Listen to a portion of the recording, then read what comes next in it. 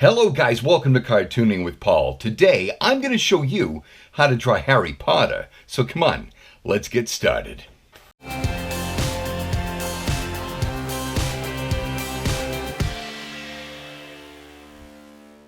Hey guys, welcome back. Listen, we are living in a really weird time right now. Everybody's staying indoors.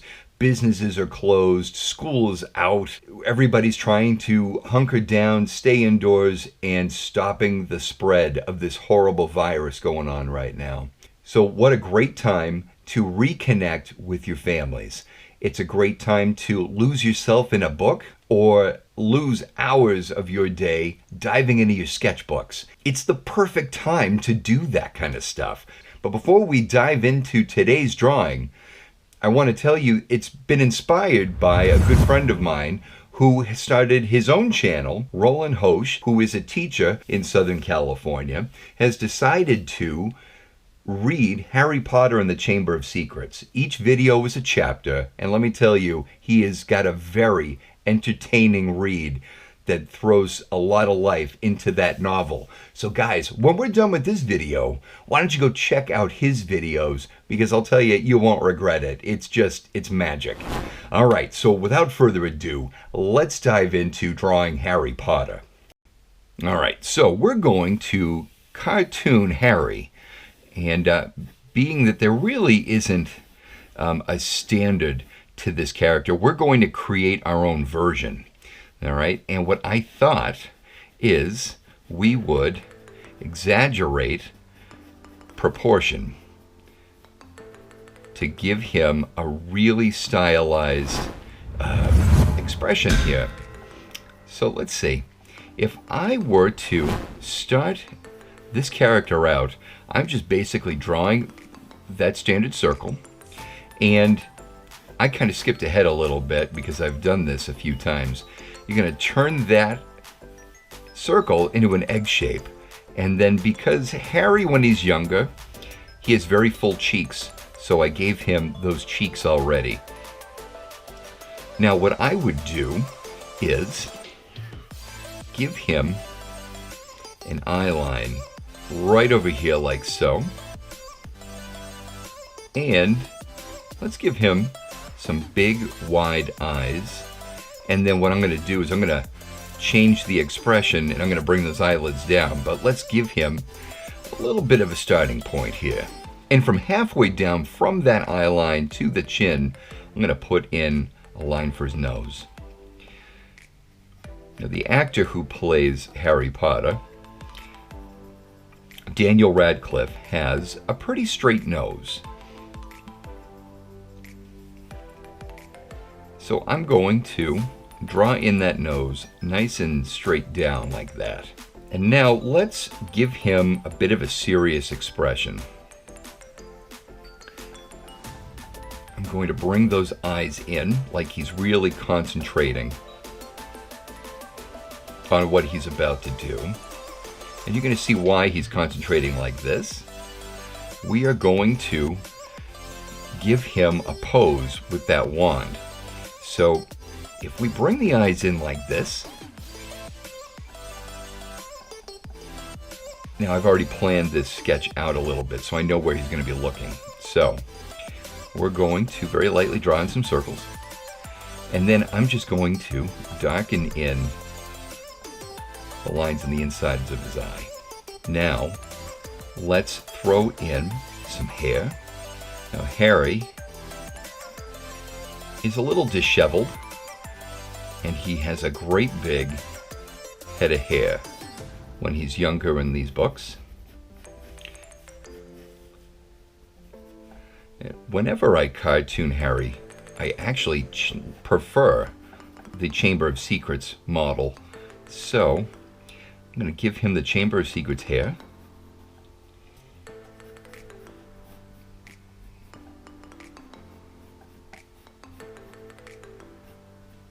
Like this.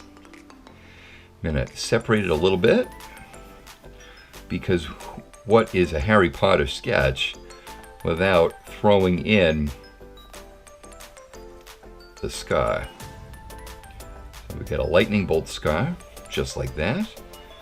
And feel free to draw in whatever hairs you would prefer, but to really give him a very disheveled look, I like to put those hairs astray like that. And let's give him a real serious mouth.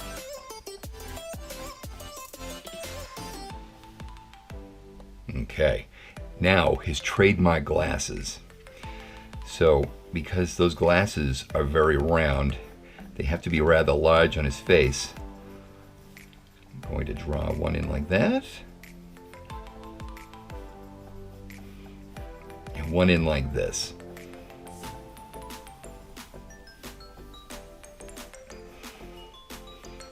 And then put it over his ear like that. Okay, I'm going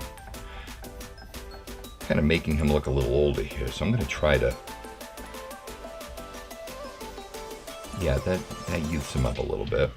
Also, don't be afraid to give him a little bit of a rounded nose.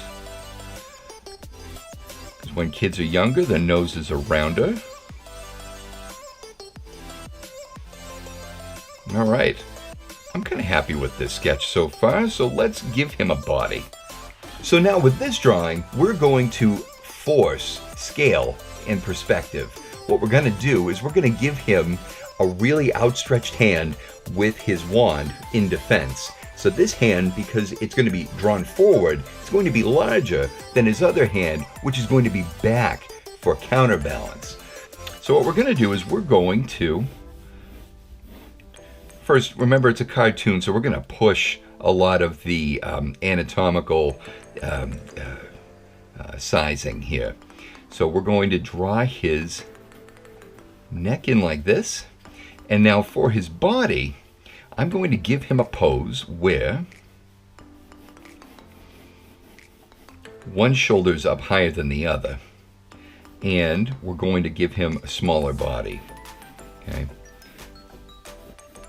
Okay, so if his shoulders are arched like this, his hips will be the exact opposite angle down here. Okay? And what we're going to do with his rest of his body is we're going to put one leg forward and then the other leg will be back like this, and it'll be bent in. Actually, no, this leg should probably, yeah, and this leg should be bent. There we go. Okay, now with the arms, what I want to do is I want to push this arm forward. And it's going to be kind of reaching forward at us. So we're going to draw in his hand like this. Now that's going to be a little larger than his other arm and hand, because that other hand is going to be out like this in the background. I'm just doing little placeholder shapes right now, and there we go. All right, I'm happy with this pose. So now let's throw in some details. Let's give him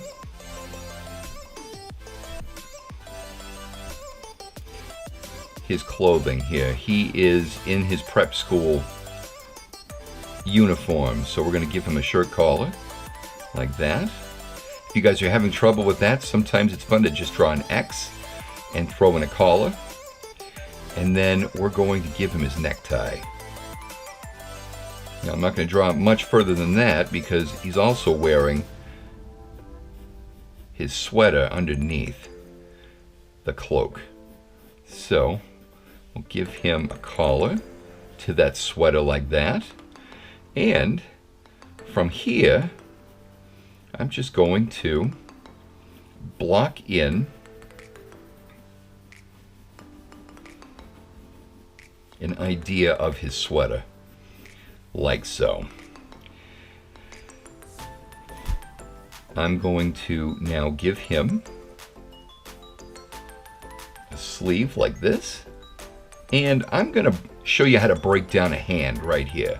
So because it's in the back, we're going to draw in like a rectangle shape, right? And then what we're going to do is we're going to break it down a little bit. So because he has 4 fingers and a thumb, we can easily draw 3 lines to separate that rectangle, just like that. And then give some detail into his thumb. And now we can separate those hands a little bit.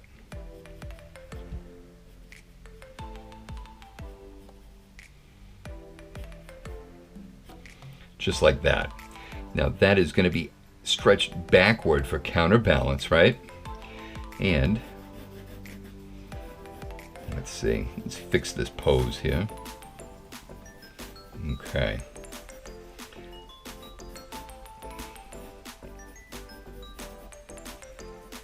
Oh, that's much better. Okay. That's okay. A lot of that's going to be covered by his cloak anyway. So now let's dive into this hand. Now this hand is going to be angled forward.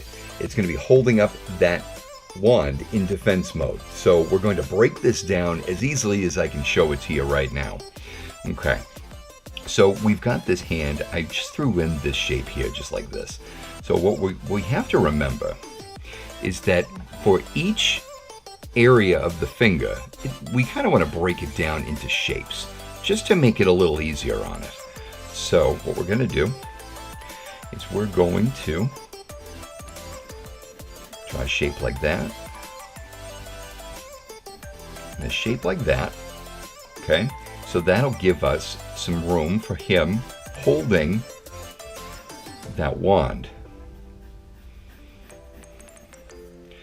Okay, and then what you're going to want to do, and often I will take my hand and I will use it as reference, and we got to remember that that thumb will come out like this. All right, now his fingers are going to, his fingers are going to be broken down like so. Now that's just rough. We're going to actually put in some really decent finger digits here. So, but what I want to do is to really give it that little extra sense of realism. The pointer finger is usually up a little bit more and it's a little bit in. So instead of lining up with these, I'll pull it back a little bit. But you need this first to know where you can pull it back to.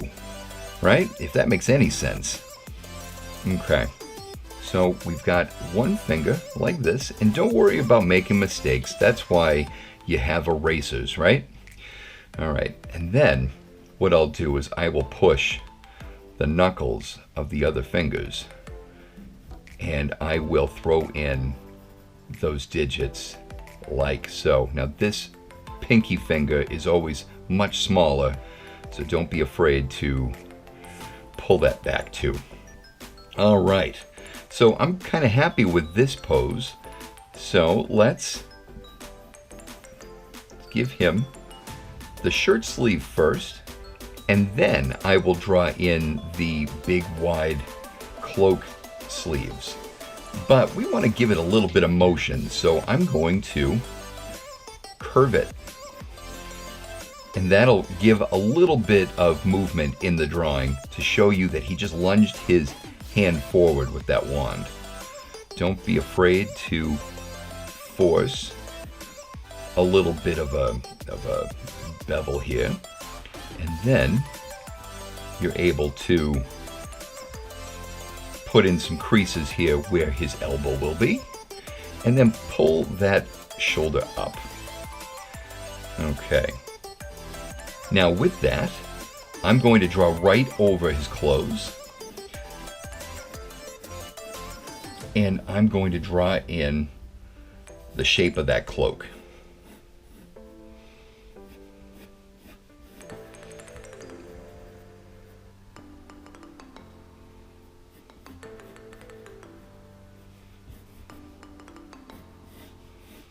just like that. Now, because I pulled this side in, this side I'm going to pull out away from his body a little bit. Gonna make it a lot thinner. And then on the inside, I'll throw in the back of the cloak, just like that. Now, just some minor detail cleanup here. There's part of his crest that'll be on his sweater behind the cloak. It's also be on the cloak, but it's going to be behind, so you won't be able to see it. Now that's going to take a little bit of cleanup, some eraser, some fine line work, and some ink, and then some color, and there you have it. Guys, if you like this video, please give it the thumbs up and don't forget to subscribe. Hit that bell notification so you're aware of my next videos. Don't forget to check out Roland Hosch's reading of Harry Potter and the Chamber of Secrets. His link is in the description. Can't get any easier than that. Guys, stay safe, stay healthy, and until the next video, we'll see you later.